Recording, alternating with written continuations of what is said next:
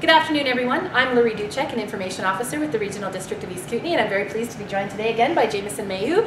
And he's going to be talking about the Lamb Creek fire today. This is September 14th, and we've got some new weather conditions that have moved in over the past 12 hours or so. Maybe you can just give us an update on the fire and how the weather's affecting it. Absolutely. So we've had an infrared scan of the fire, so we've been able to identify hotspots and allocate resources accordingly. So currently we have 180 firefighters on scene, so we're hitting it hard, we're hitting it fast. We're getting some advantageous weather conditions right now that are have the potential to decrease fire behavior, so we're really taking advantage of that.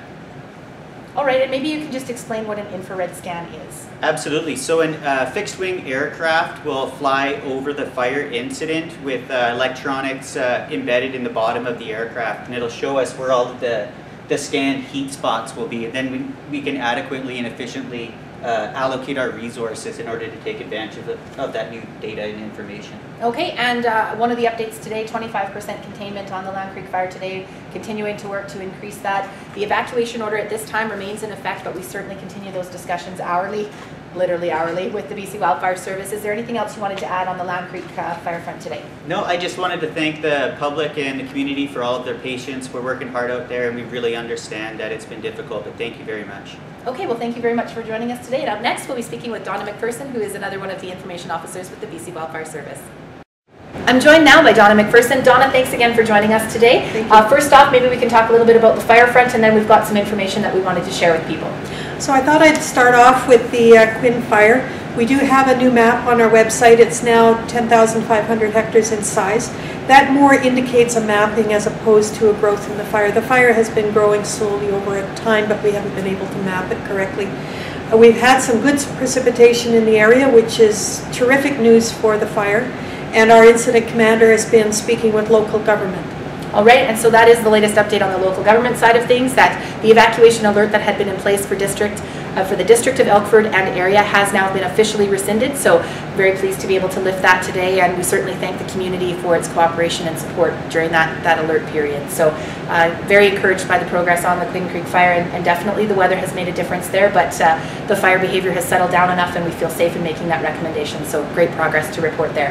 How about anything else you wanted to touch on today? Well, I did want to talk a little bit about the Soowa fire. We've been having people call about that. There's been some confusion. People thought they might be under an order or an evacuation alert or something like that, and there isn't anything there. And that's a good indication that as we work with local government and discuss these things, we're not seeing a risk to people right now.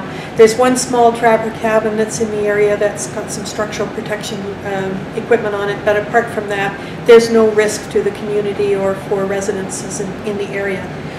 We are in the process of turning the entire group of fires in the Flathead over to an incoming incident management team. They're here in the zone today getting briefed, and then they'll be taking over the fire at some point tomorrow. And that brings me to what I've got behind me here. Great.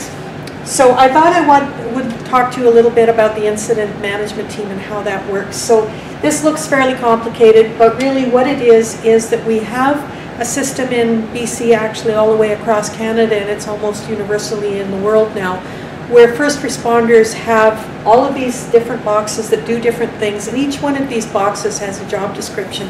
So the advantage there is you know that if you're this box, you know what it is you're supposed to be doing. So right now in the zone, a lot of these functions have been taken care of by zone staff. As the incident management team comes in to take it over, these groups will be meeting together and talking to each other. So we've got our incident commander, he's responsible for the overall management of this fire. We've got operations, which are the response people. We've got plans, which hold the information like maps and weather and fire behavior forecasts. Logistics are the getters, if any of you watch MASH. This is the Radar O'Reillys of the world. And then we've got finance over here. So what's happening today in logistics, for example, is the logistics person that's been working in the zone, has great contacts, has great information, understands the roads and how difficult it would be to move people around, is communicating to the logistics that's incoming, and they're sharing that information. There's a camp going into the Flathead. Some of the work has already been done by the zone logistics officer, and now the incident management team is going to pick it up and carry it to the end. So those transitions happen very seamlessly simply because we all know what everybody does.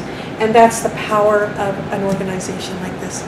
That's right, and that's one of the great things too, that we do have a number of incident management teams either in place or en route and setting up here in the East Kootenay. So we've got one for the Lamb Creek fire, we've got one for the White River complex, and now we've got one that's going to be working on those Flathead fires, the cluster of fires in the Flathead. So great to have those dedicated resources because they're able to focus specifically on the fires that are in their management area and then allow the zone to work on the other fires. So it's a great structure that everyone can talk within. And just as an aside for people that maybe don't know what the Emergency Operations Center for Local Government is doing, we work under this same structure. So we also have people working in planning and logistics, operations and finance, and we have, instead of an incident commander, at the top we have an Emergency Operations Center director. So we're very easily able to communicate back and forth as well with the Wildfire Service, and that we're all speaking in the same language and we're all doing our specific jobs. So it definitely keeps people all working in the most coordinated and efficient fashion possible. And this little box right here is the information officer box, and it reports directly to the incident commander or your director there. So that's why we are talking with each other, is because that's our link in here. And that's your link to all of this. So thanks very much for joining us today, and we will see you soon. Thank you.